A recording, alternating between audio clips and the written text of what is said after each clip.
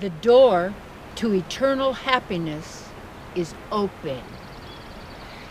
There's a story I wrote and I took it from a great teaching of the East, of Eastern mysticism. And it's about this man. He's walking down the street one day, and police came and took him and threw him in jail, and down, took him in this place and down in this dungeon, and just threw him in there, and there was no reason, didn't know what happened, or what was going on. And so he would be given food, would go through this, place in the door every day and some water, but gruel or something like this. So anyway, he lived there for years. And in his, and then one day he decided, I just can't take it any longer. I'm going to break out. I don't care what happens. If they're going to kill me, fine. I can't take this anymore. And maybe that's what they'll do, is if I try and break out, then they'll kill me and I'll be free. I won't have this anymore, this prison, this terrible thing, all this stuff. So anyway, he goes to the door, and he pushes on the door. It opens. And he looks out, nobody's around. And he starts walking towards, there's some stairs, and he walks up the stairs, and there's nobody around, and he gets up at the top, and there's a door, and he opens the door, and he's outside. And he doesn't look back, he just keeps going. And the door was always unlocked. Just like when people say, oh, now we're out of time. When you're in the now, you're not in time. One of the things I do is, if I'm tired, and I go to bed maybe 6 or 6:30 at night, and then I'll wake up, earliest was maybe 12 or 12:30, but I wake up at 1 or 2. It's great, I love it. And then I do other things that sometimes maybe there's 4 hours sleep, and then up for a while, and then take a nap. And just to, instead of being in the time, and the watch, why it's called a watch is because you watch it. It's a command. It says watch. That's what it does.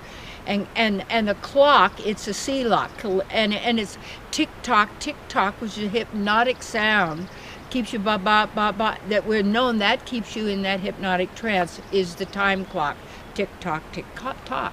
And also, in a sense, the thought of space, because that doesn't happen either. But anyway, the door to happiness is already open. And what happens is that if we have that consciousness of being a victim, then we have to be saved, and then we're also the persecutor for others. So we play victim, perpetrator, savior. And that means problem, and then there's going to be a reaction to the problem, and then there's going to be a solution. But solutions are always in the mind because the problem came from the mind. And when you realize and you start to observe, at least in your own memory bank, you could go along and look, or you observe how things seem to be, what would you say, in some kind of a state that is far beyond what a real divine being could even comprehend of the level of cruelty. Animals and people.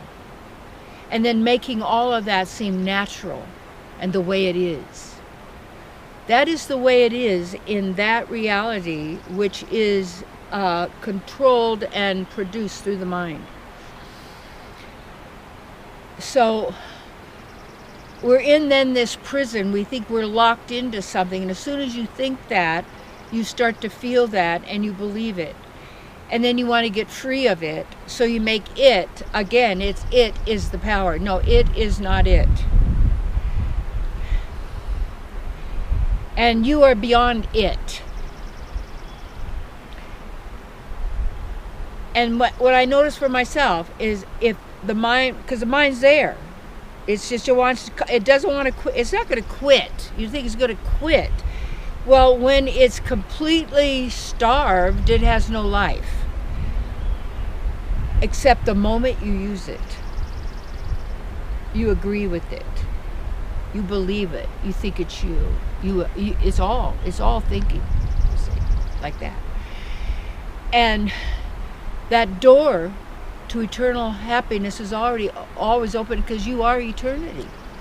And eternity is moment to moment to moment to moment to moment to moment to moment. And this is you as a constant. So the key is to endeavor to become always more situated in the now and in yourself, beyond the thinking in the mind. Then you are beyond programming.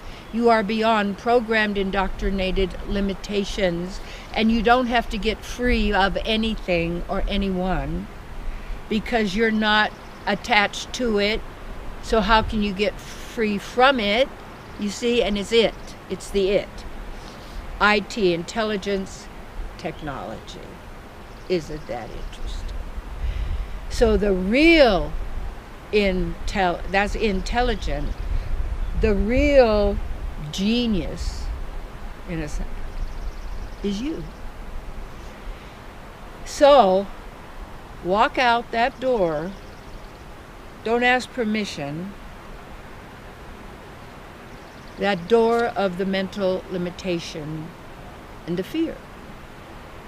And when you are using now to be fully now and fully in yourself, then more and more is revealed, more and more you allow yourself to experience the divine pleasure of the soul and absolute knowing, wisdom of all. Yeah. And when happy is just be. And it really helps to be in nature. Get those shoes off. Come on. We're going to maintain the body, but it's the temple of the living God. But remember, it's just the temple. And who is the living God is you, with your beloved partner, divine. And we are already one and already connected. We're already evolved, and we already have it all. Yeah. And it's like having it is not it, having all. And then we don't have it either. It doesn't belong to us. See, I love this thing called Mamatva. I said to my teacher in India, Mamatva Maharaji, and that's just a nickname, but Mamatva, and it meant, I'm yours and you're mine. And that's it, is the Mamatva of yourself. Your divine partner. I'm yours and you're mine. We are beloved lovers, eternally. And as you do that and use the words, treat the illness of disease with truth, and all you need to be happy is now.